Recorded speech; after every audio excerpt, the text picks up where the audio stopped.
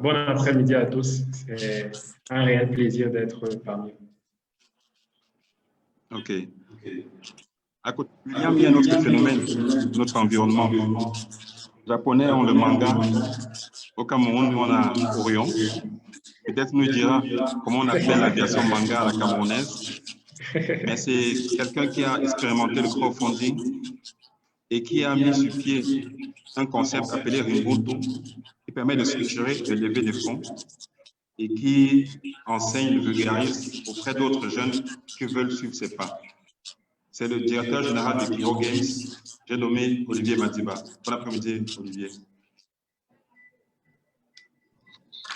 Bon après-midi à tout le monde et salut. Bon, c'est vrai qu'aujourd'hui, on m'a dit que j'allais plus parler du business model.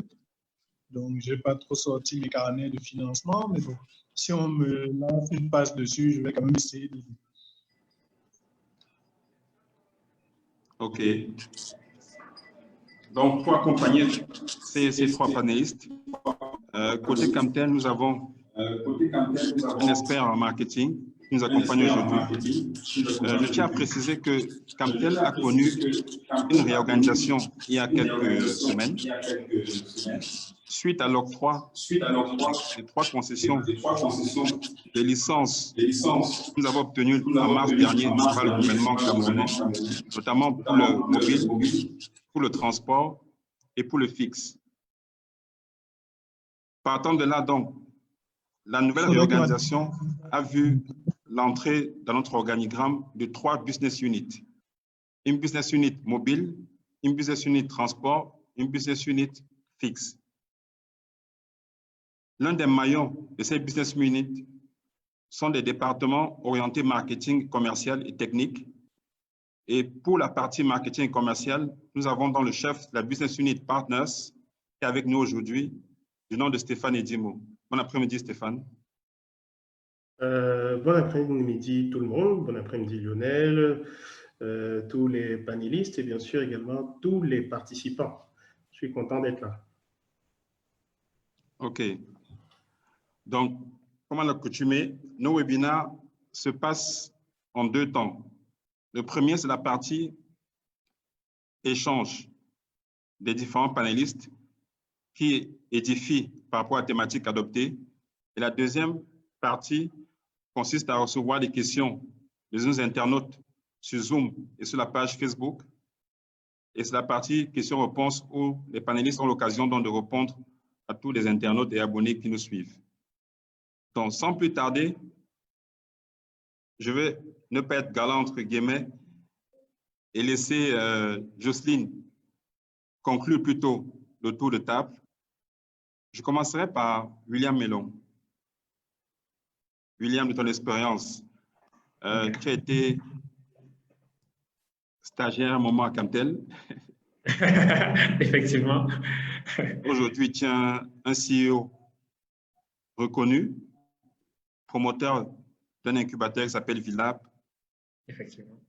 Par rapport à la question du business model de tech entrepreneur camerounais, qu'est-ce que tu peux dire? Alors,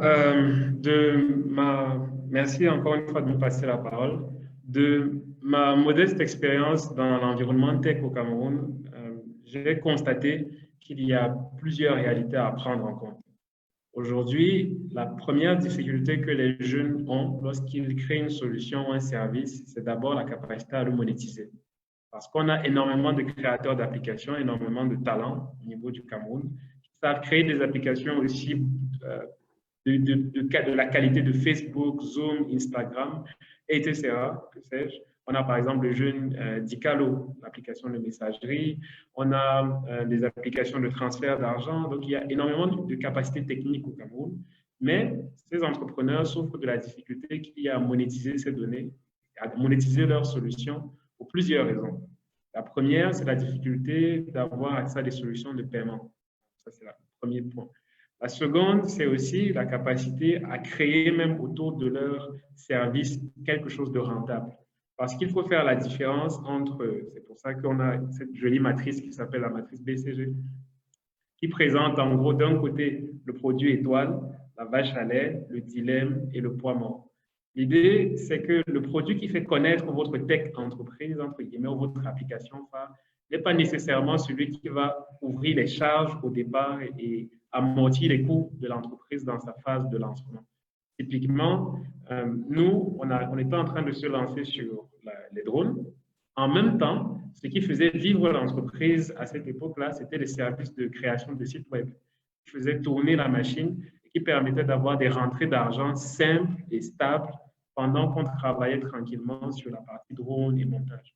Donc, il faut vraiment, lorsqu'on se lance, avoir la lucidité et l'humilité de se dire ce produit, même s'il est innovant, même s'il répond à une problématique, n'est peut-être pas celui qui va me faire vivre tout de suite.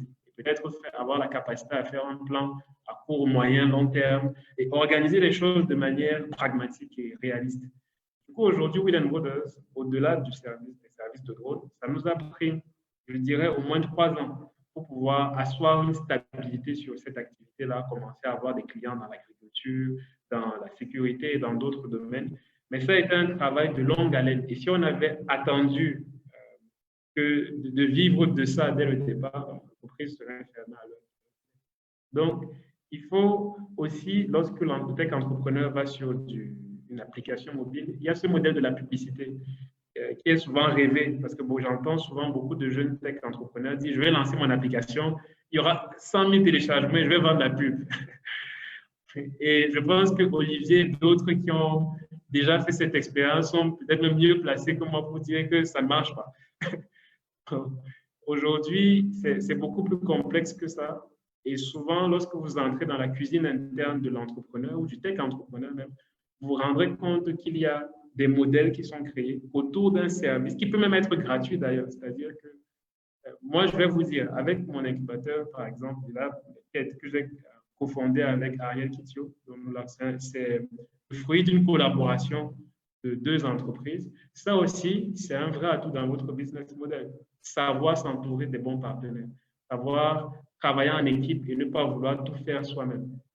Savoir se dire qu'il y a une autre boîte qui est peut-être plus douée et qui peut apporter un complément de service à mon offre sur le marché. Donc, le Villa, par exemple, aujourd'hui, 80% des services dans cet incubateur sont gratuits, mais au fond, il est rentable. Pourquoi? Parce que même s'il y a de la gratuité pour les personnes qui viennent visiter ou exploiter l'espace, la légitimité que cet espace acquiert par sa gratuité permet de mobiliser des fonds pour financer l'activité. Donc, il faut penser les choses parfois à un niveau un peu plus macro et sortir de... et ne pas vouloir forcément nécessairement gagner tout de suite de manière systématique. Et identifier bien sa niche, son marché. On pose souvent une question. Je pense qu'il faut se demander qui paye. Moi, je résume ça comme ça.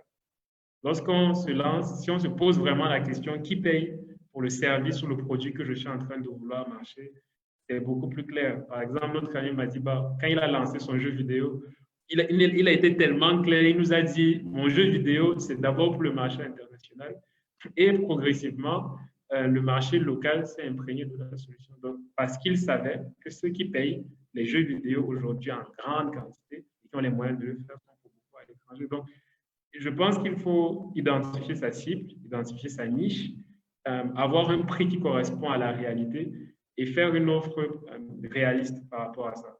Donc ça, c'est mon ressenti en tout cas de mon expérience tech, parce que nous, contrairement à d'autres, on n'a pas forcément... Sur les services tech, c'est difficile parce qu'on ne les touche pas. Sur les drones encore, on voit le drone, donc nous, on a même de la chance.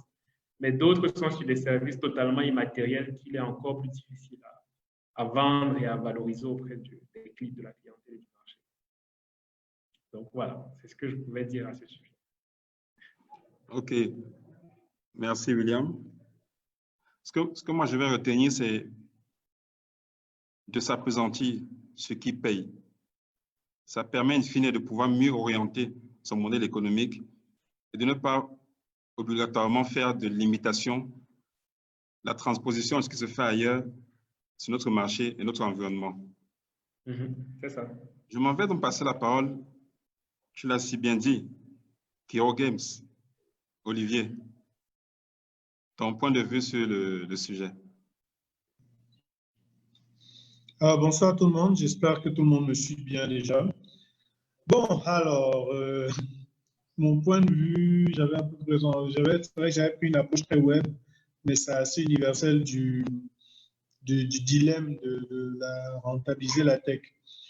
De mon humble observation depuis des années d'entrepreneuriat tech au Cameroun, je suis un peu arrivé légèrement aux mêmes conclusions que William, mais comment est-ce que je vais exposer ça? Commençons déjà par dire que si vous voulez faire de la tech et que vous ciblez, par exemple, des services B2B, donc vers du business déjà, donc vous voulez vendre à des business, l'astuce, un truc qui nous perd beaucoup de temps au Cameroun en tant que jeune entrepreneur, c'est qu'on passe le temps à vouloir convaincre des gens qui ne veulent pas de ce qu'on offre. Donc, je sais que le premier réflexe qu'on se dit, c'est je veux avoir comme client l'État, mais si tu n'as pas quelque chose qui est d'une urgence abyssale pour le gouvernement, que tu n'es pas prêt à subir les 4 ans de retard de paiement ou autre, parce que c'est compliqué le networking, même au niveau de l'État, laisse tomber. Par contre, il y a un mouvement que j'essaye d'encourager, c'est de se rapprocher des industriels. C'est-à-dire, aujourd'hui au Cameroun, même si on n'a pas encore de super grosses industries, en tout cas en nombre, il y en a pas mal. Par exemple, s'il faut se rapprocher de ceux qui font Tanti, de Chococam, il y a tout un tas de producteurs agroalimentaires sur lesquels, s'il faut se rapprocher d'eux et voir quels services tech on peut greffer pour les aider à devenir plus compétitifs et s'exporter. Voici quelque chose. Après, évidemment, le défi, c'est que quand tu es entrepreneur, quand tu es un jeune tech, tu sais coder, mais après, il faut apprendre à naviguer dans l'organisation d'une entreprise. Ça, c'est aussi le gros élément pour le B2B. C'est-à-dire, quand tu vas passer par la guérite, là, venir poser ton offre, ça ne va jamais traverser le courrier parce que le gars du courrier ne comprend rien aux enjeux de la boîte en général. Donc, il y a un gros travail de brushing sur quel est l'organigramme de la boîte. Dans chaque entreprise, il y a une personne qui a des nuits blanches parce qu'il cherche ta solution.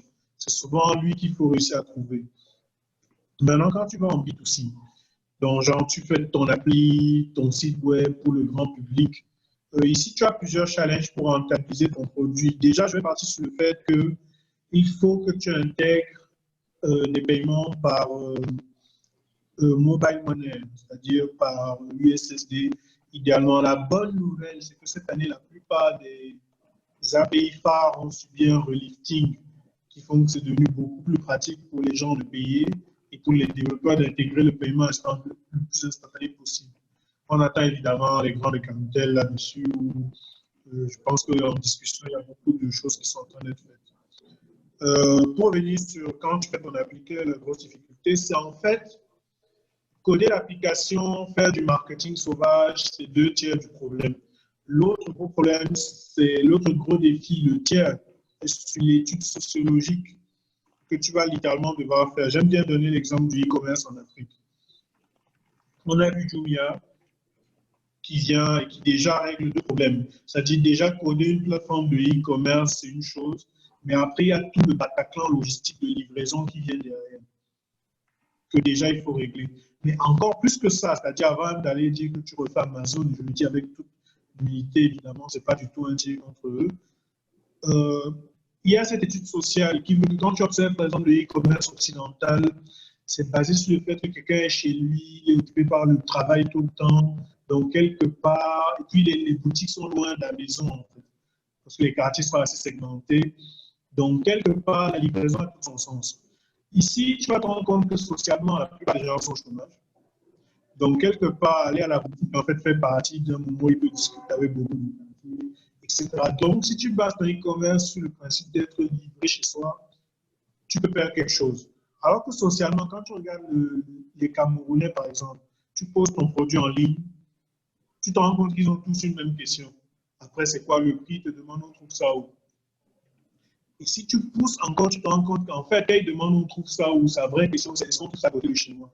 Et là, tu te dis qu'en fait, l'application de e-commerce type serait peut-être l'application qui permettrait aux gens de poser leurs produits et de récolter des envies d'achat de tout le monde qui dit moi je suis habillé mal si je veux ça dans ma boutique. Et là, toi, tu peux aller déposer ça chez le boutiquier en lui disant j'ai 300 personnes qui disent qu'ils veulent mon jus naturel et par l'appli, tu leur dis j'ai posé ça chez Aboubacar. C'est typiquement local. c'est la puissance, en fait, de l'étude sociologique pour rentabiliser un business en Afrique. Donc, moi, c'est le gros élément, en fait, sur lequel je voulais attirer l'attention. Quand on veut faire un produit tech, au final, coder, c'est un tiers du problème. Le deuxième tiers, c'est de toujours s'appuyer sur la sociologie. Et là, on a un gros avantage sur tous les... Parce qu'on sait qu'il y a une grosse colonisation digitale qui est en cours. On rigole souvent en voyant que la plupart des startups tech africaines financées, finalement, sont fondées par des étrangers dans les pays, à part le Nigeria même. C'est souvent, voilà. Mais pour quelques années encore, on a cet avantage que nous, on comprend nos vendeuses de beignets, on comprend nos taximans sur le jeune qui débarque, le jeune, on va dire, digicolon qui débarquerait de nulle part. Donc, c'est quelque chose sur lequel il faut jouer. Voilà. Et aussi, ce que j'allais dire, c'est effectivement la publicité, c'est compliqué. Parce que la publicité demande un environnement de gens qui sont en concurrence. Bon, à part nous trois grands télécos qui se sont déjà répartis le marché comme les mafieux, là, c'est compliqué d'aujourd'hui venir dire à O, M ou C, je ne vais pas citer les noms, je suis quand même chez les... C'est bon, c'est quand même tel, je ne vais pas citer les autres. Voilà, de oui, prenez ma pub parce que voilà, ils ont déjà du spread Facebook, etc. Donc, même de ce côté, il faut complètement se réinventer. Nous, par exemple, dans nos jeux, on est parti sur le fait qu'on ne fera pas de pub en pop-up, là, le truc qui apparaît sur ton écran quand tu joues, déjà parce que ça énerve tout le monde. On est plus parti sur le fait de faire des pubs à produits intégrés directement dans l'histoire. Là, tu cherches un deal avec une ou deux personnes, mais encore, comme a dit William, il faut que la personne ait envie d'être compétitive et ce n'est pas encore souvent le cas. Je vais finir sur un dernier point. Pour aussi rentabiliser, mais ça rejoint ce que William a dit, il faut beaucoup penser en freemium. C'est un peu le classique aujourd'hui, c'est-à-dire tu fais un service dans lequel tu mets une consonance gratuite qui doit déjà être très compétitive. Par exemple, sur Ubuntu, nous, on a permis aux gens de venir lire littéralement la biographie imagée du studio gratuitement. Ce que, je ne sais pas, quelqu'un, c'est 15 ans quand même de vie qu'on aurait pu vendre.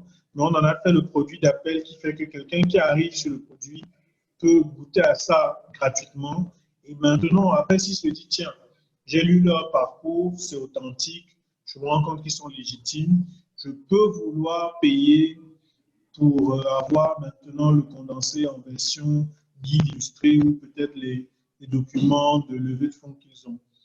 Donc, toujours structurer son service avec un appel gratuit et des services auto qui sont payants. Je crois que tout le monde est important de faire ça.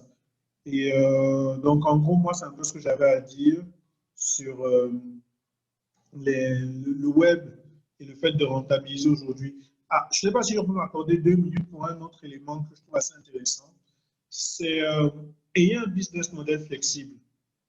Parce que ça va vite, ça va très vite. Je vais prendre l'exemple de la création de sites web. C'est-à-dire, si tu avais créé ta boîte qui fait dans les sites web il y a 2 ans, tu te rendras compte aujourd'hui que c'est compliqué de vendre un site web à une entreprise parce que même nous qui ne communiquons même plus sur notre site web. Les gens communiquent plus sur leur page, leurs réseaux sociaux. Donc, il faut pouvoir pivoter en entreprise qui finalement peut-être gère les réseaux sociaux des personnes. Mais même là, ça allait tellement vite que si tu te contentes de dire que tu ouvres la page Facebook de quelqu'un, ça n'a plus de sens. Donc, il faut même pouvoir te dire que tu offres tout un service de CRM, donc de gestion relation client, à travers le fait que tu prends la page. Et là, je prends en exemple ce que les gars qui gèrent actuellement le compte Twitter de Top sont en train de faire. C'est un exemple. Ces gars te gèrent, ils te font du news hacking. Dès qu'il y a une actualité, ils te pondent une caricature dans les 30 minutes. Et en plus, bon, peut-être qu'ils ne le font pas, mais si tu rajoutes à ça la capacité à ce que dès qu'un client se plaint, tu remontes l'info et tu gères ce que j'appelle le parcours psychologique du client. Donc, même si les techniciens traînent, tu es le gars qui chouchoute le client pendant que son problème n'est pas réglé, tu peux te positionner fortement sur beaucoup de PME qui n'ont peut-être pas les moyens d'engager une personne à 150 000, 200 000, mais toi, tu en prends 4 à qui tu dis donnez-moi 50 000 ou 10 et tu as ton épingle du jeu. Donc, c'est des petites idées comme ça où il faut observer le marché. Donc, voilà un peu ce que j'avais à dire là-dessus. C'est comment gérer sa rentabilité en tech aujourd'hui. Adaptation, observation et structuration. Ok, merci Olivier. Ça va un peu dans la continuité de ce que William l'a dit. Qui paie débouche à ce que tu as dit. Notre environnement, c'est un gisement d'opportunités et il est plus simple de venir digitaliser les habitudes de consommation qui s'y trouvent déjà et de pouvoir donc avoir un business model qui est plus adapté à notre environnement. Après ce volet de 2 tech entrepreneurs, j'aimerais quand même passer la parole à Stéphane, du point de vue telco, parce qu'il y a une problématique, vous avez dit de mobile money, mais il y a aussi une problématique telco. Stéphane, toi aujourd'hui qui est le segment manager du mobile chez Camtel, you have the floor. Ok, merci Lionel. Bon, je crois que William et Olivier ont longuement parlé du sujet. Moi, ce que j'aimerais faire, c'est déjà quand même restituer un peu, on va dire, le contexte. Aujourd'hui, être tech entrepreneur, ce n'est pas seulement être un fournisseur de technologie. C'est-à-dire, c'est aussi être un entrepreneur qui passe par la technologie. Je prends un exemple. Je suis une chaîne de restaurants et mon business model, en vérité, c'est de vous fournir des repas à domicile ou au bureau, ce genre de choses. J'ai une application. Je suis un tech entrepreneur. On peut dire aussi que je suis, disons, un consortium de lycées, de collèges, et nous nous sommes mis ensemble pour mettre en ligne des épreuves et des corrigés de ces épreuves de la classe de 6e en terminale. Et nous mettons donc ça sur une appli web ou, je ne sais pas, une appli mobile. Je suis un tech entrepreneur. Donc, tech entrepreneur, c'est à peu près tout le monde qui passe par la technologie, d'accord? Ça, c'est comme ça que je le vois. Maintenant, l'ère digitale, de façon globale, encore, je suis dans vraiment restitution du contexte, hein, pour qu'on arrive justement au Cameroun, comment il faut monétiser tout cela. Commençons déjà par avouer que le digital s'est passé d'abord ailleurs avant de venir chez nous. Ça a commencé bien entendu dans les années 90 et tout ça avec les eBay et puis les Google qui sont partis sur un modèle très basique à la base, donc eBay, commerce électronique, l'autre c'est référencement et tout cela. Et puis, il y a eu une sorte de schisme à partir de 2005 avec le iPhone qui arrive et toute une communauté de développeurs qui est créée et qui fait donc un boom, justement, qui fait décoller les choses pour tout ce qui va être vraiment ce que nous appelons le digital. Sachant que le digital, en fait Internet, que ce soit via le smartphone, que ce soit via le laptop, que ce soit via le jeu vidéo, c'est en fait cela. À quel moment est-ce que le monde a basculé dans l'ère du digital? Moi, je dirais à partir de 2005, avec donc cette création de communautés de développeurs. Plus tard, on a Google qui suit avec Android, qui est maintenant partout. Aujourd'hui, nous sommes tous connectés. Du moins, ça, c'est ce qui s'est passé dans le monde. Chez nous, en Afrique subsaharienne, je dirais qu'à partir de 2010, les choses ont beaucoup bougé. C'est une sorte de gros taux de pénétration smartphone. Il y a une grosse évolution du taux de pénétration smartphone dès cette année-là, avec un gros taux également d'adoption de la technologie. Autour de cette année-là, vous avez le mobile money qui arrive. Il y a un gros usage de tout ce qui est WhatsApp, Uvo, Viber. À partir de ce moment-là, les gens sont de plus en plus connectés. Et puis aujourd'hui, en 2020, c'est un taux de pénétration d'au moins 35%. La vérité, c'est autour de 40%, donc smartphone. Les gens sont de plus en plus connectés. Les gens commencent à être de plus en plus aguerris à utiliser des applis. Voilà, ils aiment de plus en plus. Et sur le plan local, on a donc beaucoup de contenu. William le disait, Olivier le disait, on a énormément d'entrepreneurs qui fournissent donc du contenu dans ce domaine-là, des applis et tout cela. Que je pense à Dicalo, dont William parlait, Bimoto, Colorful, Vouri TV. On a vraiment du contenu en local. Maintenant, comment est-ce qu'ils monétisent effectivement cela? Olivier l'a dit. J'aurais aimé en fait qu'il vous parle du projet Ubuntu et tout cela. Bon, peut-être, il va peut-être voir ça une autre fois, c'est très pertinent. Mais comment est-ce qu'on monétise tout ça? Il y a plusieurs business models, ils vous l'ont dit. Il y a le freemium, comme le disait Olivier ou William, c'est-à-dire que je fais mon appli, je la place auprès du public, je crée de l'attraction sur l'appli, vous commencez à utiliser mon appli, vous aimez mon appli et progressivement, donc, je place voilà, on va dire des fonctionnalités payantes. Maintenant, aujourd'hui, c'est un peu plus facilité, comme il le disait. On a donc des API qui ont été plus ou moins liftées aujourd'hui pour tout ce qui est mode de paiement via mobile money. Donc, aujourd'hui, on va dire que les tech entrepreneurs, les fournisseurs d'appli peuvent trouver un moyen de monétiser leur appli. Encore, il y a cette étude sociologique à laquelle Olivier faisait référence. Est-ce que nous sommes déjà dans ce business model au Cameroun? Est-ce que les gens sont prêts à acheter des applis? C'est autre chose. Il y a le modèle, bien sûr, de la publicité qui est fait et qui met tout le monde en concurrence. La publicité va sur le même modèle, je dirais même que de l'audiovisuel. Aujourd'hui, une chaîne télé est payée par les publicités. C'est un peu la même logique, c'est-à-dire que je vous crée du contenu que vous aimez, tellement vous utilisez mon contenu que ça crée une grosse base en fait, d'utilisateurs et moi, je vous place de la pub. Ça peut être des pop-up, ça peut être du placement produit, comme le dit Olivier, c'est-à-dire j'infuse directement le produit dans l'histoire, dans ce que je crée, dans ma valeur ajoutée. Et cela fonctionne aussi même pour les youtubeurs, pour les influenceurs aujourd'hui. Je veux faire par exemple référence à Steve Fa, qui c'est son modèle économique, c'est-à-dire qu'il vous donne du contenu, plus vous êtes dessus, plus il vous place de la pub, et plus les gens sont intéressés de placer de la pub chez lui. Bon, maintenant, personne ne cherche à savoir comment il fait pour démarcher derrière tous ces annonceurs qui viennent sur son contenu. Donc, les modèles sont plus ou moins complexes. Maintenant, nous, les telcos, aujourd'hui, en 2020, il y a, on va dire, un très bon fit entre les fournisseurs de contenu et les fournisseurs d'accès. La raison pour laquelle il y a ce bon fit, c'est que le monde bouge pour tout le monde, y compris pour les opérateurs telcos. La vérité, c'est que le business model qui veut que nous gagnions de l'argent seulement en vous vendant Internet ne va plus fonctionner dans quelques années. Donc, nous sommes obligés de progressivement basculer dans le monde du contenu. Le monde du contenu a tout l'argent aujourd'hui, que ce soit Disney, que ce soit Netflix, que ce soit Google, ils ont tout l'argent. D'accord? Donc, qu'est-ce que nous on fait? On fait un deal avec un fournisseur de contenu local. J'ai une application très intéressante pour les jeunes et tout cela qui est très pertinente. Et justement, moi, j'ai un problème pour monétiser cela. La première chose que j'ai comme problème, c'est que les gens ne connaissent pas mon appli. Alors, derrière, il y a l'opérateur telco qui dit, OK, je peux faire un deal avec toi. Je prends ton appli, on signe un accord plus ou moins exclusif. Et donc, moi, je vais dire à mes abonnés, à toutes les personnes qui sont dans mon réseau, qu'ils peuvent avoir accès à ton application de façon illimitée en données, par exemple.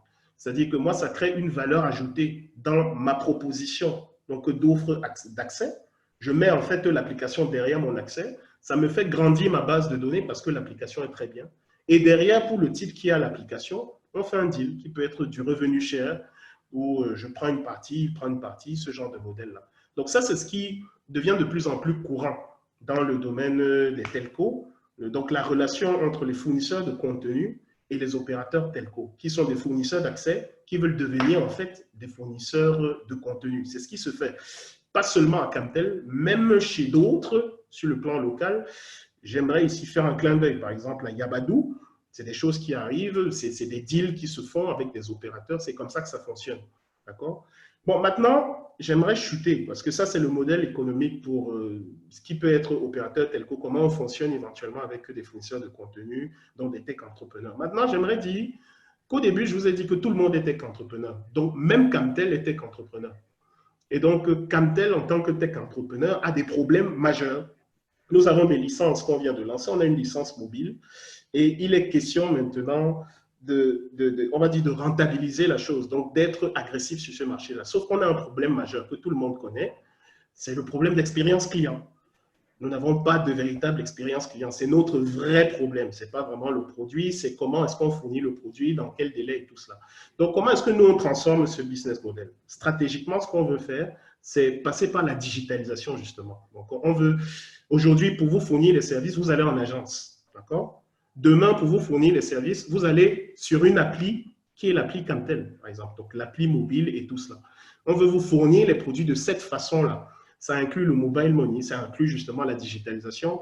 C'est quelque chose, on l'a dit, d'assez agressif que nous voulons faire, mais nous pensons que pour attaquer le marché du mobile, nous ne pouvons pas avoir la même stratégie que ceux qui y sont depuis donc des années dans ce marché complètement mature. Donc, voilà le type de choses que nous allons faire. Derrière, c'est également plusieurs deals que nous voulons conclure avec des fournisseurs de contenu. On a parlé de plusieurs applis locales aujourd'hui et tout cela. Donc, c'est avoir tous ces gens-là et créer, si vous voulez, une plateforme d'appli accessible via le réseau Camtel. Donc, via éventuellement l'appli mobile Camtel, via les services Camtel. Donc, voilà un peu ce que je pourrais dire. J'ai longuement parlé. Je vois qu'en fait, Lionel a déjà enlevé son micro. Ça veut dire que je devais arrêter depuis. Mais bon, voilà un peu ce que je pouvais dire de façon globale. Non, parfait, Stéphane. Tu as apporté l'élément qui pouvaient manquer dans la composition d'un business model, d'un tech entrepreneur, sur le plan large, vu que tu as intégré d'autres acteurs qui aujourd'hui, à travers le digital, apportent des services à valeur ajoutée à leurs clients. Maintenant, j'aimerais avoir une vue, pas moi seulement, nos internautes aussi qui nous suivent actuellement, d'un regard d'expert. Jocelyne, toi qui es dans la finance, you have the floor.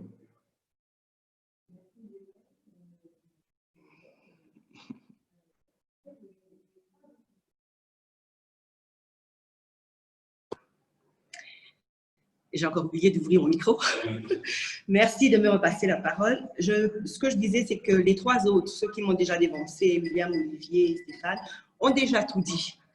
Ils ont parlé de l'audience, du marché, de la lucidité, du réalisme de l'offre, qui achète, qui paye, la rentabilité, les moyens de paiement, des partenariats intelligents.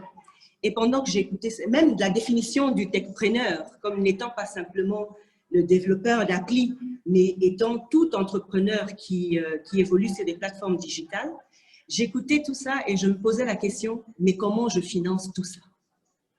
Comment est-ce qu'on le finance? Pour la plupart des entreprises, Internet est devenu le canal de communication et de vente incontournable. On ne revient même pas dessus. Si je prends l'exemple du tourisme, aucun hôtel digne de ce nom ne peut se passer de TripAdvisor ou de Booking.com. C'est le moyen de vendre les chambres. On n'attend plus que les clients viennent simplement devant l'hôtel et book. Il est difficile pour les consommateurs d'échapper à l'écosystème des services de Google, de Facebook, de Apple, pour communiquer, pour se divertir, pour rechercher des informations ou pour commander des produits. Donc, comme tu as dit, de par mon expertise dans le domaine de la banque et de la finance, je voudrais parler spécifiquement du financement des projets. La problématique de la levée de fonds pour le financement des projets est d'actualité, pas simplement en Afrique, mais partout dans le monde. Olivier a dit tout à l'heure, c'est les Européens qui financent les projets. Il y a d'autres façons de financer.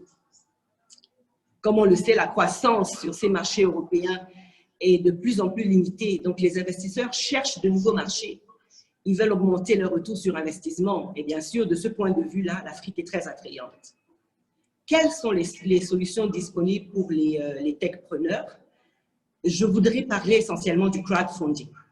Maintenant, si vous savez ce que c'est, ceux qui savent, donnez-moi la possibilité d'expliquer quand même, d'expliquer ce que c'est en tant que solution idoine pour les techpreneurs. C'est quoi du crowdfunding ou encore le financement participatif? Comme son nom l'indique, crowd, le public, la population, et funding, financement de projet. C'est simplement l'idée de collecter des fonds pour un projet ou une cause en présentant ce projet à un grand nombre de personnes sur une plateforme digitale. Simple. Je voudrais m'attarder sur trois types de financement. Le premier, qu'on appelle le reward crowdfunding, c'est-à-dire que des particuliers ou des entreprises contribuent à votre page et attendent en retour un échantillon de produits ou un cadeau symbolique s'ils s'engagent à donner un certain montant. Ce type de levée de fonds est approprié pour des projets communautaires ou qui s'adressent spécifiquement à une audience donnée, une région, un village, un genre, un certain type de personnes. Je vais vous donner un exemple d'une levée de fonds que j'ai lancée avec ma structure à Londres. La pandémie de Covid-19 a fait des ravages. J'ai utilisé ma fondation, Jocelyne Gassa, pour faire un appel à contribution sur la plateforme Just Giving. L'objectif était de collecter en très peu de temps 10 000 livres. C'est à peu près l'équivalent de 7,5 millions, pour créer une hotline de support sur une plateforme digitale pour que les membres de la communauté Black, la communauté africaine qui est ici affectée par la pandémie, puissent avoir des conseils ou être redirigés vers des services dont ils ont besoin. Alors, les contributions affluent de partout. Ça a été lancé la semaine dernière. En une semaine, on a déjà atteint 20% de notre objectif. Les personnes qui participent montrent simplement un soutien à une cause qui leur tient à cœur. Ils n'attendent rien en retour. Dans le contexte tech, ce même type de levée de fonds peut être utilisé quand, par exemple, vous pensez à une production de prototypes ou si vous voulez tester une idée. Votre audience peut être intéressée à recevoir ce prototype, mais à mettre de l'argent sur une page. Les pages de levée de fonds, de crowdfunding sont digitales. Ils viendraient faire une petite participation et recevraient en échange un échantillon de votre produit. Ce type de financement aussi peut être utilisé par les femmes. On sait par exemple que dans la technologie et dans l'innovation, c'est un monde très masculin. C'est un secteur qui est dominé par les hommes. Et il y a des contributeurs qui veulent voir les femmes percer dans cet univers et viennent donc contribuer à un projet qui est donc porté par une tech entrepreneuse. Donc ça, c'est un moyen de financer des petits projets. Le deuxième type de crowdfunding dont je voudrais parler, c'est le debt crowdfunding, c'est-à-dire un système de prêt de particulier à particulier. Comme son nom l'indique, on parle d'une dette. C'est une dette qui devra être repayée dans un délai précis. Mais parce qu'on parle de particuliers qui viennent sur une plateforme parce qu'ils ont de l'argent et qu'ils attendent un retour sur cet argent, et on parle d'entrepreneurs qui sont des particuliers aussi, qui veulent lever des fonds, mais sans forcément parler avec les banques, on voit bien que le système et la procédure est plus légère que si on prend un prêt bancaire traditionnel. Et bien évidemment, les taux d'intérêt sont plus compétitifs que si on va à la banque.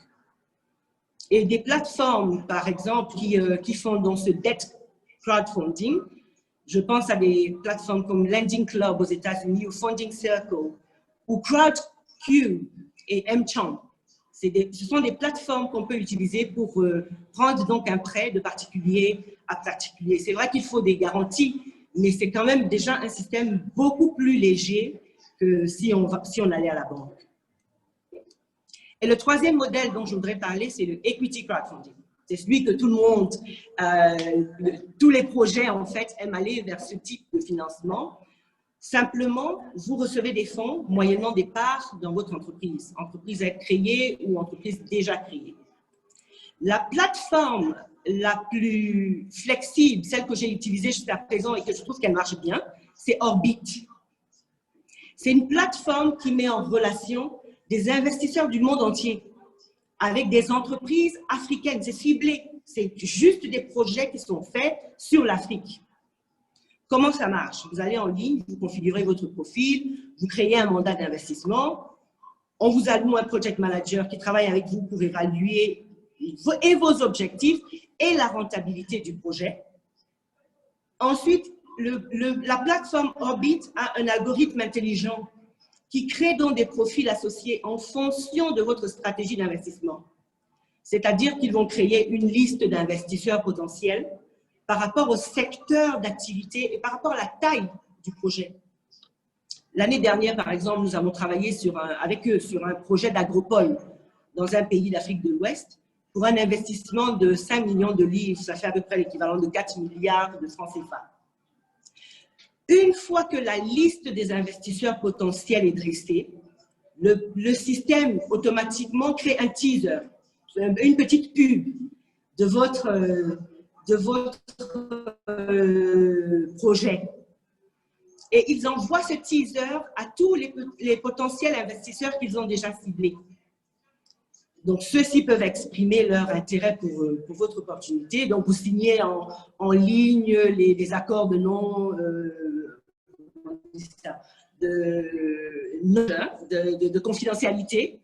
Et ils peuvent donc avoir accès à vos documents et enclencher des discussions un peu plus approfondies. Donc, pour les gros projets tech, ceux qui ont, par exemple, je pense à des projets de digitalisation d'une administration ou de la santé ou de l'éducation, cette plateforme serait très appropriée vu la taille des besoins en financement. Juste pour vous donner une idée comme ça, l'année dernière, ils ont réalisé, en termes de deals financés sur l'Afrique, ils ont réalisé à peu près 225 milliards de francs CFA. de projets moyens et de projets beaucoup plus gros. En termes de statistiques, 480 investisseurs institutionnels y sont présents et à ce jour, à peu près 1800 utilisateurs sont enregistrés. Donc voilà 3 types. Je ne vais pas élaborer plus que ça. Je veux m'arrêter là pour ceux qui sont intéressés par une levée de fonds ou qui veulent aller plus en détail dans les différents types. Contactez-nous, contactez Lionel, envoyez vos questions et on verra comment continuer la discussion. Mais c'était simplement pour dire qu'il y a des méthodes de financement et les méthodes de financement sont adaptées et au secteur et à la taille du projet.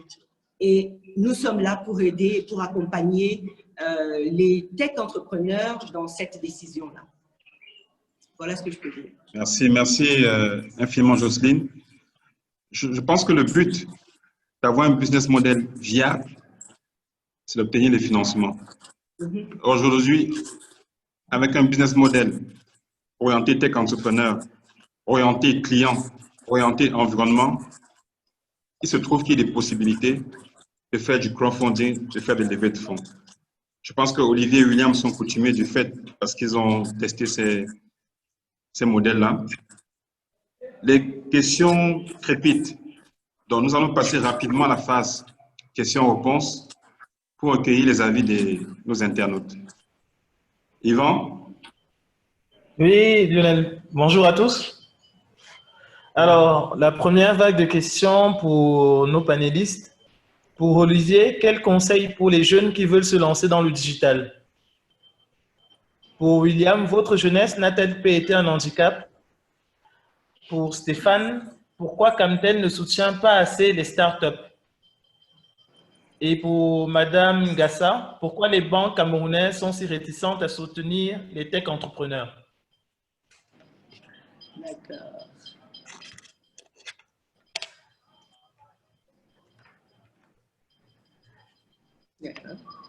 Ok. Je réponds? Oui. Olivier, tu peux commencer. D'accord. Alors, quel conseil pour un jeune qui veut se lancer en digital? Si je devais résumer le conseil que je donnerais, ce serait de se mettre à la hauteur de ce qu'il veut faire, déjà, d'être extrêmement patient et résilient, parce que ça va prendre du temps. Je veux dire, il faut qu'on soit... Il y a un truc que je dis, c'est aux États-Unis, le pays où il est le droit de la tech, même Amazon a pris 10 ans. Donc, je vois pourquoi on demande souvent à des jeunes Africains d'être rentables en 3 jours dans la tech, alors que même aux États-Unis, les gars attendent 4 ans, 5 ans, 6 ans, voire 8. Et aussi, le truc en tech, c'est qu'il n'y a pas de place pour un numéro 3. C'est 1, 2 maximum. J'aime bien prendre l'exemple de Netflix. Netflix, aujourd'hui, on dit qu'ils brûlent de l'argent. Les gars font 71 milliards d'investissements pour créer du contenu, des films par an, et je ne crois pas qu'ils en rapportent la moitié. Donc, pour un puriste, je vais dire, commerçant, ça ressemble à la folie. Mais quand je regarde, tu te dis, Netflix a dit, si un jour sur Terre doit exister une entreprise qui aura 1 milliard de clients qui regardent des vidéos chaque mois, ça va être nous. Et Netflix, le jour où ils atteignent 1 milliard d'abonnés, c'est 100, je crois que j'avais calculé 160 milliards de dollars de chiffre d'affaires par an qu'ils vont faire. Donc, quand on se lance dans le digital, il faut voir grand. Maintenant, le défi de voir grand est gigantissime. C'est qu'il faut le construire step by step. Je vais encore chuter rapidement sur... il faut le construire étape par étape. Moi, j'aime bien dire être réaliste, c'est trouver le moyen pragmatique d'atteindre son objectif utopique. Donc, moi, Kiro, j'aime bien dire que je suis un rêveur réaliste. Maintenant, l'autre truc, c'est il faut, au-delà d'être un geek, très vite devenir un homme d'affaires. Il faut comprendre l'environnement de la bourse, parce que la tech est très liée à la valuation et la bourse, on lève des fonds. Il faut aussi savoir que vous n'allez pas trouver de personnes formées exactement comme vous voulez day one. Ça aussi, c'est l'élément très compliqué. C'est-à-dire en tech, l'essentiel est beaucoup sur la culture d'entreprise et l'équipe que vous formez Et par rapport à ça, je vais m'arrêter là-dessus pour dire, allez sur le site kiroubuntu.com. Vous prenez même un compte gratuit. On a expliqué tout notre parcours depuis 10 ans là-dessus, gratuitement. Et vous pourrez prendre même le guide illustré qui donne encore plus de détails sur les leçons qu'on a tirées des échecs et les mini-victoires qu'on a eues. Mais en résumé, c'est ça, c'est-à-dire formez-vous pour pouvoir absorber les défis qui vont arriver sur le long terme. Et apprêtez-vous à former votre équipe vous-même. Voilà. Ok, merci Olivier. Allez sur kiroubuntu.com. On a déjà transmis notre expérience là-dessus. Ok. William? Pour répondre à la question, je dirais que non, le fait d'être jeune n'est pas un obstacle en soi, en fait. Ça dépend de comment est-ce qu'on se perçoit déjà soi-même et comment est-ce qu'on attaque le marché. Je pense qu'au contraire, c'est un avantage parce qu'on a l'esprit frais. On a la capacité parfois d'être soi-même un utilisateur potentiel de la solution qu'on veut mettre sur le marché. Je crois qu'il faut le voir plutôt comme un avantage et pas comme un obstacle. Donc, ça a été plutôt un atout et ça m'a permis de mobiliser beaucoup de jeunes autour du projet que je porte. Ok. Stéphane? Alors, j'ai eu une question. Pourquoi Camtel ne soutient pas assez les startups? Bonne question. Maintenant, je voudrais juste d'abord rappeler un peu d'où vient Camtel rapidement, sans vous embellificoter, hein, c'est juste pour vous dire, pour qu'on arrive tous les deux ou tous ensemble à une conclusion. Ce que vous devez déjà savoir d'où on vient, Camtel n'a pas été un opérateur mobile, n'a jamais été un opérateur mobile. La surface des abonnés que Camtel a visée depuis les 20 dernières années est une surface cantonnée dans des produits qui sont fixes, c'est-à-dire des solutions fixes. Camtel a été pendant très longtemps le seul opérateur fixe au Cameroun qui fournissait de l'Internet, de la téléphonie fixe et ce genre de choses. Nous avons évolué, nous avons commencé à fournir au marché de détail des solutions fibres, Internet un peu plus développé, un peu plus rapide, mais ce n'est donc que récemment que nous avons vraiment basculé dans le mobile. Je le dis pourquoi? Parce qu'à l'époque, je dis à l'époque, nous le faisons toujours, nous avions une technologie qu'on appelle le CDMA. Et le CDMA n'est pas du mobile. Ce n'est pas véritablement du mobile. Ça n'a pas été pensé pour être du mobile chez Camtel. Donc, en vérité, nous n'étions pas encore portés, si vous voulez, vers des alliances avec des startups. Tout dépend bien entendu aussi du type de soutien qui est attendu de Camtel. Je dirais que Camtel sera en vérité plus demandeur que donneur. La vérité, c'est qu'on a besoin, c'est nous qui avons en fait besoin du soutien des startups et qui sommes dans une logique de dealer un peu plus avec les startups à l'avenir. On vient d'avoir une licence mobile, je le disais tout à l'heure dans mon propos, que nous allons sur une stratégie très agressive sur le terrain, très digitale, qui va énormément s'appuyer sur le contenu et donc sur le contenu proposé par des startups locales. Donc, à la question pourquoi Camtel ne soutient pas assez les startups, je dirais revenez dans quelques mois. Ok. Je vais rajouter de l'eau au vin de Stéphane en disant que au-delà de la licence du mobile que nous avons eue et qui permettra donc de pouvoir véritablement être dans le mobile, Camtel s'est doté d'un data center qui, comme l'a dit maintenant le directeur général de Camtel, est aussi là pour les start-upers. Les offres bientôt seront publiques. Vous n'aurez plus besoin à héberger vos solutions à l'étranger, en Europe, en Amérique. Ce sera possible au Cameroun, aux standards internationaux. Donc, je m'en vais de suite passer la parole à Jocelyne pour sa question. Merci Lionel. Alors, ma question, c'était pourquoi les banques camerounaises sont réticentes à soutenir les tech entrepreneurs. Je vais simplement dire que les banques camerounaises sont réticentes à soutenir les entrepreneurs, point final. Et pourquoi? Parce qu'en fait, quand on regarde le fonctionnement des banques au Cameroun, elles fonctionnent comme des banques de réseau. J'appelle ça des banques de dépôt. C'est-à-dire qu'il y a des personnes qui ont un excès de cash, qui viennent le garder à la banque. Les banques utilisent cet argent pour investir dans des projets ou dans des affaires sûres parce qu'ils sont frileux. Ils veulent simplement faire un bénéfice, avoir ce bénéfice-là et pouvoir rembourser tranquillement l'argent à ceux qui l'ont épargné. Les banques n'ont pas une vocation d'entreprendre. Et c'est pourquoi, dans les sociétés développées, on voit qu'il y a des banques d'affaires, il y a des banques d'investissement. Et tout se joue au niveau du risque.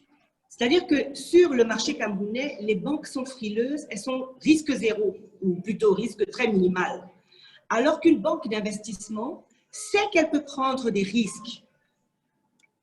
Elle sait qu'elle peut prendre des risques parce qu'elle peut investir sur peut-être 10 projets, 5 vont foirer, même peut-être 7 vont foirer, mais les 3 qui vont prendre vont rapporter suffisamment pour couvrir leur investissement. C'est une mentalité qui est complètement différente. Et c'est pour ça que le seul moyen de parer au fait que les banques n'accompagnent pas les entrepreneurs, c'est qu'il faut passer sur des plateformes digitales où on fait des levées de fonds, où on va voir des investisseurs qui, eux, ont déjà cette façon de penser et qui savent que quand j'investis dans une start-up ou chez un tech entrepreneur, je prends un risque. Mais si ça marche super bien. Et Olivier, là un peu, a touché ce point quand il parlait de regarder à la bourse et de regarder aux capitalisations boursières. En fait, c'est ce que c'est. C'est le prix du risque et le prix du potentiel. Donc, il faut des personnes et des investisseurs, en fait, qui viennent dans le système bancaire camerounais pour qu'on puisse commencer à dire, OK, il y a un département dans une banque qui fait, en fait, ce travail d'investir dans les startups et dans les structures nouvelles. C'est de ça dont on a besoin. OK. Merci, Jocelyne. Je pense que là, c'est clair. Yvan, on peut passer à la deuxième vague de questions. OK. Olivier, où en est l'adaptation de votre jeu vidéo par des studios américains? Pour William, quel conseil pour ceux qui veulent monétiser leur projet? Pour Stéphane, quel est le rôle exact des nouvelles business units de Camtel? Et pour Madame Gassa, le Cameroun est-il compétitif dans la tech par rapport aux autres pays africains?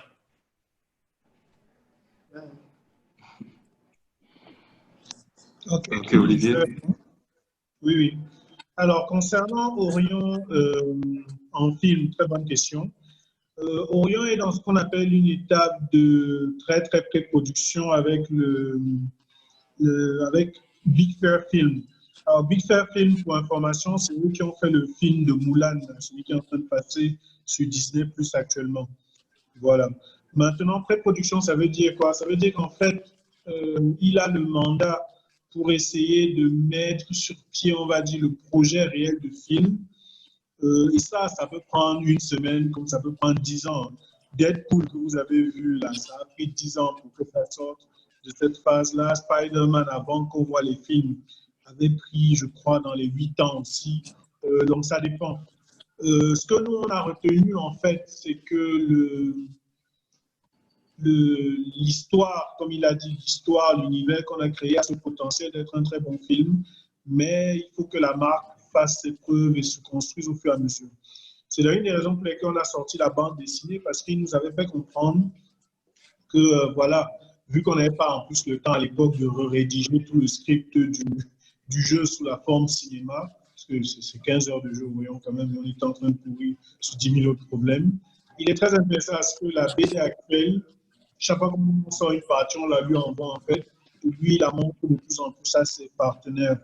Mais nous sommes en train de travailler sur le fait de faire le dessin animé avant le film. Et nous réfléchissons nous sommes en train de discuter avec des partenaires étrangers, qui vont peut-être animer, et nous, on va faire une partie de l'animation. Parce que pour être réaliste, on n'aura pas le temps de le faire nous-mêmes dans les conditions actuelles. Donc voilà un peu, mais c'est un projet qui nous tient énormément à cœur. On espère le lancer d'ici 2025 au plus tard. Voilà pour Orion dessin animé au niveau des films. Ok, merci Olivier. William?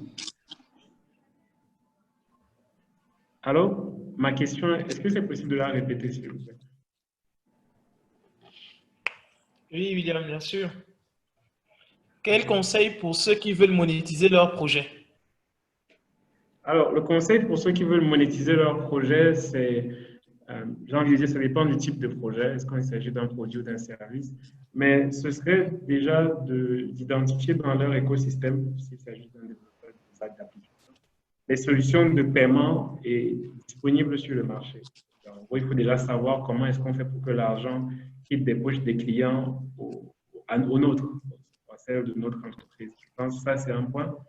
Le second point pour réussir à vivre, c'est d'adapter, comme on disait dès le départ, c'est ce que tous les panélistes ont évoqué, le produit ou le service à une cible qui a une capacité d'achat et une capacité de se procurer le service qu'on essaie de mettre sur le marché. Je pense que c'est une question que surtout les tech entrepreneurs ne se posent pas souvent suffisamment parce qu'on a l'illusion que lorsqu'on aura créé la solution technologique, les clients vont venir tout seuls, vont venir par eux-mêmes. Et pourtant, c'est beaucoup plus complexe que ça. Et la réalité du marché est souvent difficile à encaisser aux tech entrepreneurs.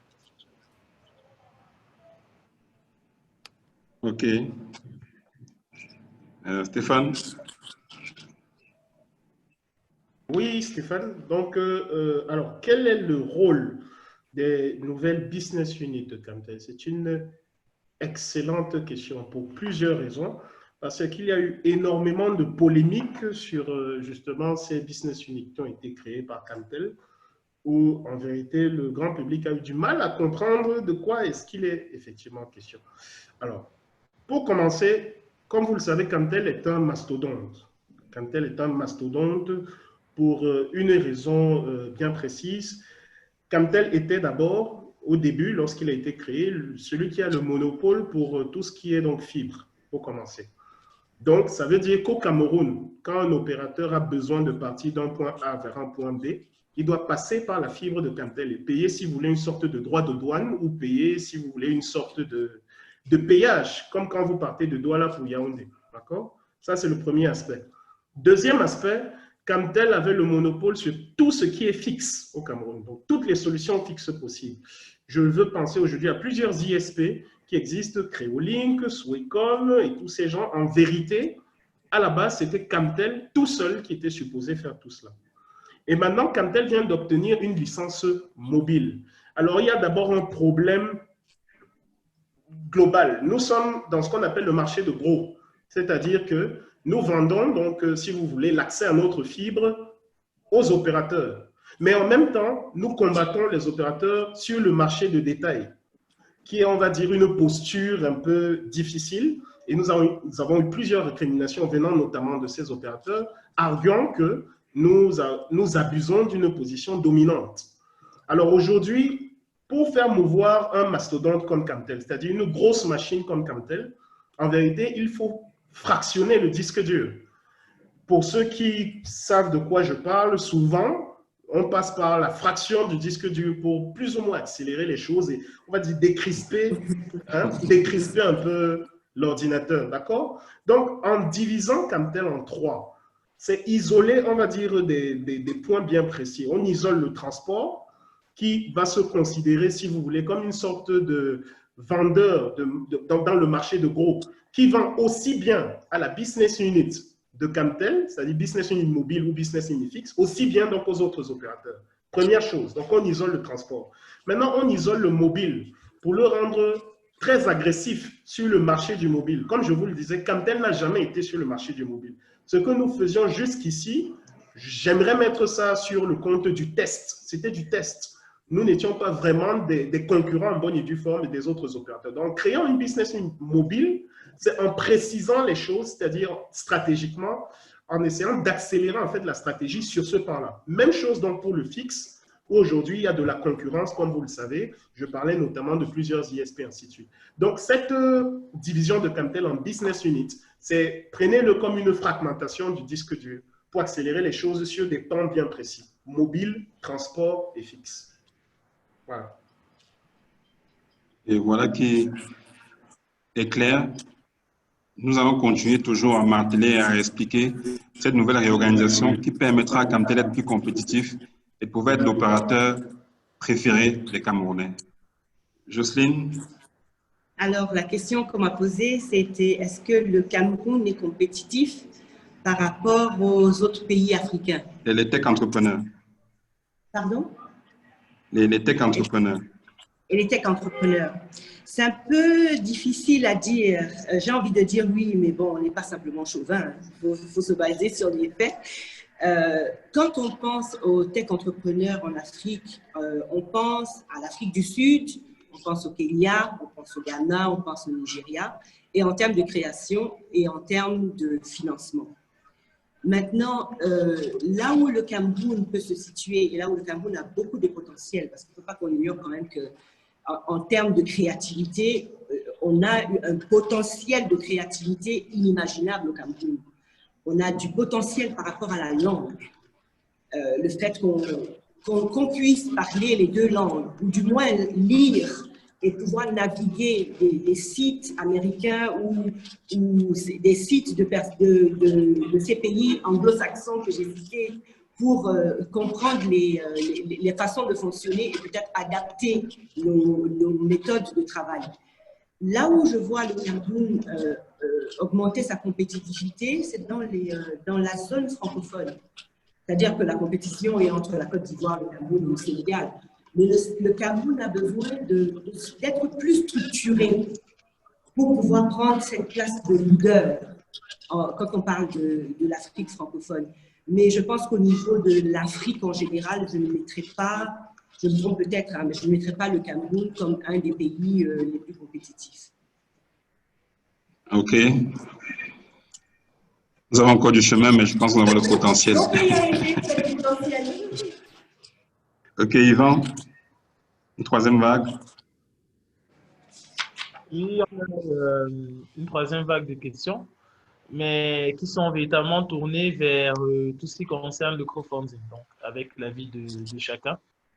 Il y a la question qui revient sur les sources de financement de particulier à particulier, sur leur aspect, sur la dangerosité qu'il peut avoir de financer des projets de particulier à particulier en ne connaissant pas l'origine du fonds. Ça, c'est une question pour Madame Gassa. Comment se rassurer qu'il ne s'agit pas de fonds illicites? Ah. Alors, je réponds tout de suite ou on attend les autres questions? Oui, vous pouvez répondre tout de suite, hein, parce que Okay. D'accord. Le financement de particulier à particulier. En fait, on parle toujours de plateforme. Hein. On parle de plateforme digitale. On parle de structures qui font partie du système bancaire. Et le système bancaire demande des garanties. C'est-à-dire que je ne peux pas virer en tant que particulier, même si j'ai un excès de cash que je voudrais mettre à disposition pour investir dans des projets que des personnes viennent de prêter, je ne peux pas simplement prendre de l'argent et aller déposer sur un compte. Il y a ce qu'on appelle il y a des contrôles de l'origine de ces fonds. Ils sont quand même déposés sur un compte en banque, entre guillemets. C'est-à-dire que cette plateforme crée des comptes pour toutes les personnes qui participent. Et pour ouvrir un compte, il y a une vérification d'identité, il y a une vérification de l'origine des fonds, il y a une vérification et de l'autre côté, il y a une vérification de l'entreprise et du projet, et il y a des garanties qui sont mises en place. Ce dont je parle, c'est juste une flexibilité du système bancaire, c'est-à-dire que pour aller dans une commission de prêt dans une banque, pour ceux qui ont déjà essayé, ça peut prendre des mois. Pour passer dans une commission de ces fonds de particulier à particulier, ça prend des semaines. Mais ça ne veut pas dire qu'il n'y a pas de procédure en place pour faire les contrôles. Ça veut simplement dire que les procédures sont plus légères et ça suffit. Mais les contrôles restent. OK. Yvan, une autre question ou bien c'est… Autre question, la dernière, s'il vous plaît. OK. En parlant de la gestion de la relation client, est-ce qu'il y a un internaute qui souhaiterait des pistes pour mettre sur pied de nouveaux business models de gestion de relations clients? Si tu en as.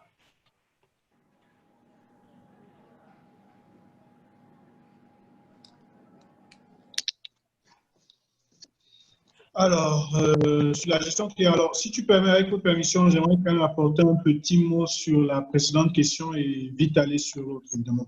Alors, OK. voilà, sur la levée de fonds et quand on lève des fonds, par exemple, là, Kirogen sont en train de lever des fonds par equity crowdfunding, $1 million, on est à presque 680 ou je crois personnes qui ont souscrit. Il faut faire de la due diligence. Ça, c'est très, très important. C'est-à-dire toujours se rassurer de l'origine des fonds des personnes qui investissent chez nous. Ce qu'on demande aux gens, c'est de nous fournir les preuves qu'ils travaillent quelque part. Ça peut être un bulletin de paye, ça peut être nous écrire avec l'adresse professionnelle de l'entreprise. Évidemment, et en chemin, il y a le fait de signer un contrat où ils fournissent leur carte d'identité ou leur passeport, ce genre d'éléments-là. Ça diminue pas mal. Évidemment, je cherche à augmenter les éléments de due diligence quand on a des profils difficiles à tracer. C'est-à-dire, si vous avez quelqu'un qui n'est pas sur LinkedIn, qui n'a aucune référence, on est beaucoup plus regardant, on lui demande beaucoup plus de détails. Maintenant, comment est-ce qu'on se protège quand on est un jeune entrepreneur? Je vous demanderai de lire ce qu'on appelle les classes d'action, que j'ai aussi expliqué d'ailleurs dans le guide. C'est-à-dire, Zuckerberg, par exemple, il possède aujourd'hui, je crois, moins de 10% de Facebook, mais son vote, je crois, vaudra toujours peut-être 40% parce qu'il a ce qu'on appelle un multiplicateur de droits de vote. Souvent, ce qu'on fait en tech, c'est qu'on fournit à ses actionnaires un multiplicateur de droits sur les bénéfices, mais on garde un multiplicateur de droits sur les votes stratégiques. Le temps qu'on lève tellement qu'on est diminué à 5%. Donc, c'est une notion très importante. Ça permet d'ouvrir très peu de capital pour que ceux qui viennent pour l'argent aussi plus vite l'argent.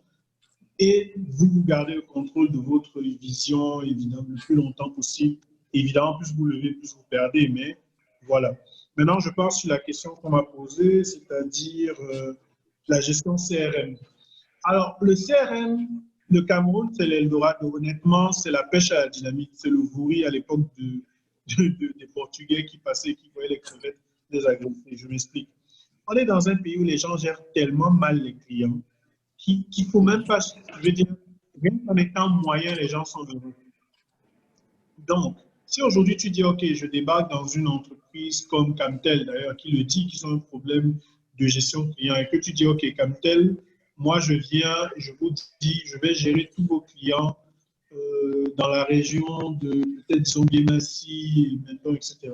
De telle sorte que lorsqu'un client a un problème, moi je m'arrange à vous remonter le problème très vite et à chouchouter le client de telle sorte que je gère, par exemple, une page de réseau social sur la question. Donc, dès que moi, client, je me plains que je n'ai pas la connexion à 8 heures, plutôt que de poireauter jusqu'à 8h50 pour que quelqu'un me réponde, et que la personne qui me répond, je sens que je l'agace quand je suis énervé, vous vous dites que non, vous êtes là pour gérer tout le parcours psychologique de venir dire à la personne, bonjour, nous sommes Camtel, on comprend votre souffrance, du fait qu'on n'ait pas la connexion, on est en train de se battre pour que ça revienne. Rien que ce genre de petit mouvement, s'il fait 3 jours sans connexion, vous n'avez pas idée à quel point ça soulage. Nous, on a eu une panne sur Amazon. L'équipe d'Amazon nous a écrit à 2 heures du matin, même si c'était un message automatique. Je ne me suis jamais senti autant compris. Les gars disaient que non, on sera là pour que vous ne ratez pas votre lancement. Aujourd'hui, je suis un apôtre d'Amazon. Donc, c'est un peu ça, en fait, qu'il faudrait réussir à poser. Et ça demande en fait peut-être plus de recherche en psychologie en fait. Mais voilà, je pense qu'il y a du business là-dessus. La gestion client. Oui, si je peux ajouter quelque chose.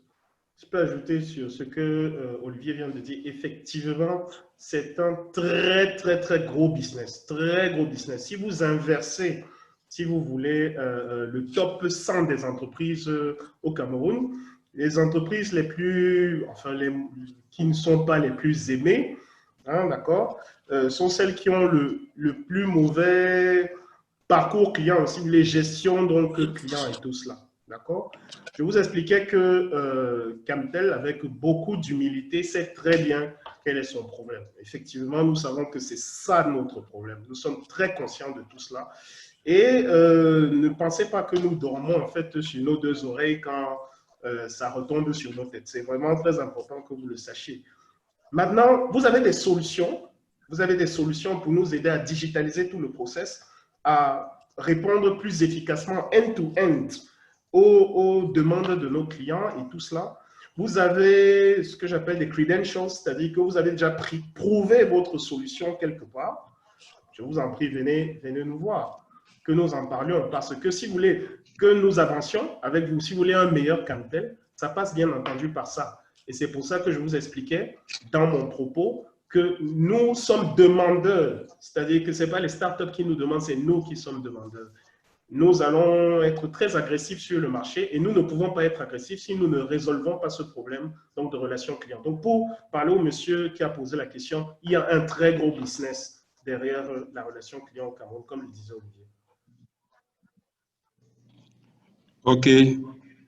Je pense qu'on a fait le tour. On a édifié suffisamment nos internautes sur... Il y avait encore une question, Olivier? Non, ce n'est pas une question, c'est une petite anecdote de 30 secondes que je... OK. J'aime bien cette anecdote. Je ne sais pas si les gens connaissent Star Alliance. Star Alliance, quand tu prends l'avion, tu prends souvent une compagnie qui est dans ce qu'on appelle le réseau Star Alliance. Alors, Star Alliance, c'est un gars qui n'a aucun avion à lui, hein, pour être honnête, mais qui s'est dit qu'il allait justement absorber, parce que toutes les compagnies d'aviation, là, Ethiopian Airlines, Bruxelles, je crois, ils sont 7 ou je ne sais pas combien là-dedans, ça les stressait de gérer les clients. Eux, vraiment, ils savaient leur problème. Notre stress, c'est de prendre un avion d'un point A à un point B à l'heure. Star Alliance leur a dit, OK, je mutualise ça pour vous tous. C'est-à-dire, moi, je suis le gars qui va gérer les bagages, qui va gérer le fait que quand les gens s'asseyent, on les embarque avec politesse et tout.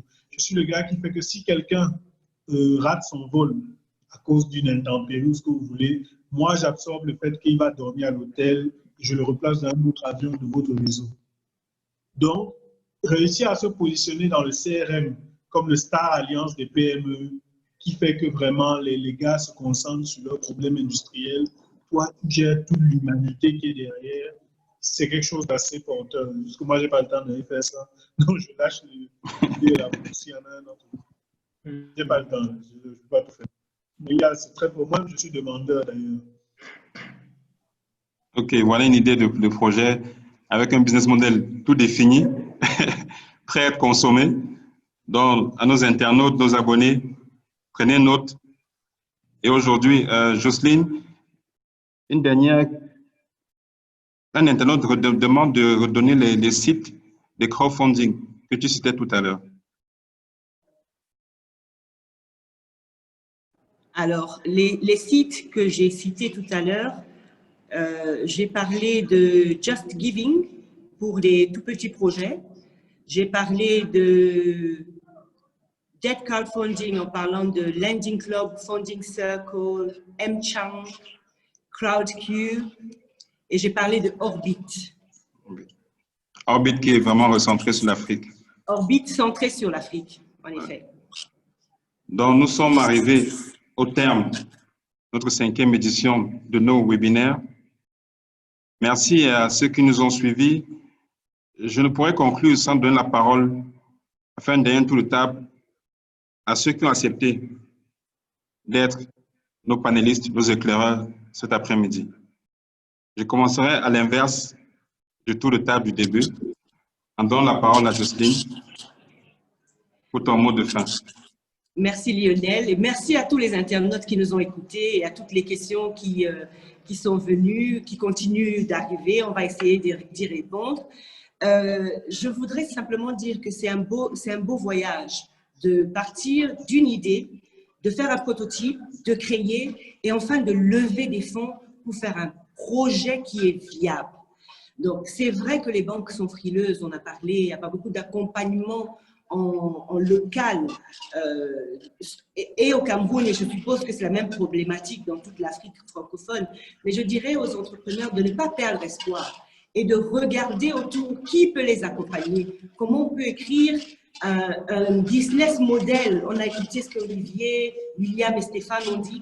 Comment écrire un business model qui tient la route, où un investisseur peut regarder et voir en fait un potentiel de retour sur investissement, mais un véritable projet dans lequel on peut investir et changer et transformer en fait la vie, pas simplement du créateur et du porteur de projet, mais aussi impacter la vie de milliers de personnes, de milliers d'utilisateurs.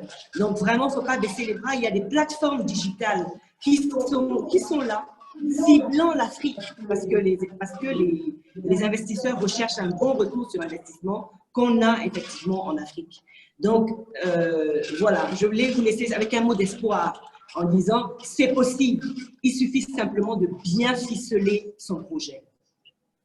OK, stay focused, never give up. Voilà. Il y a de l'espoir. Olivier? Alors, je ne sais pas s'il y a un micro qui est ouvert, là, ça ne passe pas de doublon. Moi, ce que je vais dire, c'est toujours une note positive, mais je vais aussi dire que je sais ce que la plupart des entrepreneurs qui suivent le débat ressentent.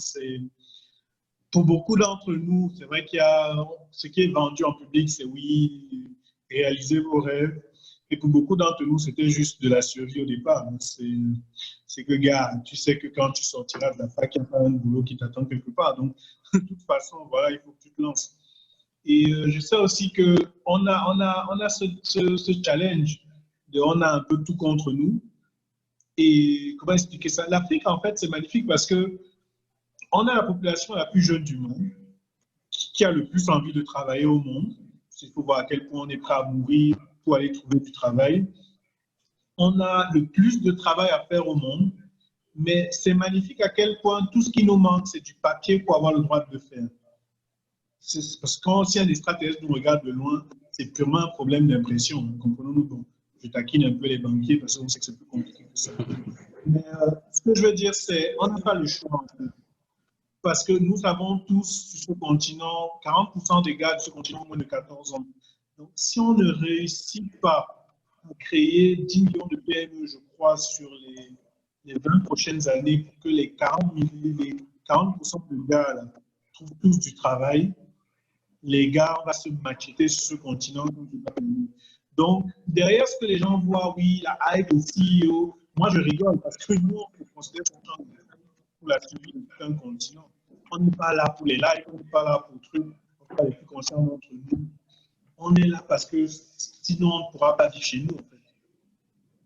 Donc je sais, pour ceux qui sont entrepreneurs, que vous êtes aussi dans cette vision-là. Et moi je dirais courage, on se bat et on se serre les coudes. Voilà, et Kiro en tout cas aidera avec William, Phoenix, Villax et autres. Je crois qu'on en parle tous les jours. C'est vraiment, nous on se bat pour aider le plus ceux qui sont en train d'arriver. Voilà. Ok, merci Olivier. Je passe rapidement la parole à William pour son mot de fin. Il y a le petit bug Internet de son côté. Alors, je tiens juste à dire à tous ceux qui nous ont suivis, déjà merci d'avoir pris le temps. Et en bref, c'est à nous de construire le Cameroun, c'est-à-dire qu'on parle de tech entrepreneur, mais au fond, entrepreneur ou pas même d'ailleurs, je pense que le développement de l'Afrique va passer par chacun d'entre nous et c'est ça qu'on doit garder à l'esprit. C'est cet état d'esprit-là qui doit nous guider dans ce qu'on fait pour qu'on travaille ensemble, qu'on crée des synergies et qu'on crée de la valeur pour tout le monde. Ce sera ça mon mot de fin. Le slogan de Will & Brothers, c'est « Dream big, work hard ». Donc, il y a le rêve et il y a le travail qui va avec. Yes, big dream, work hard. Je pense que le message est passé. Stéphane?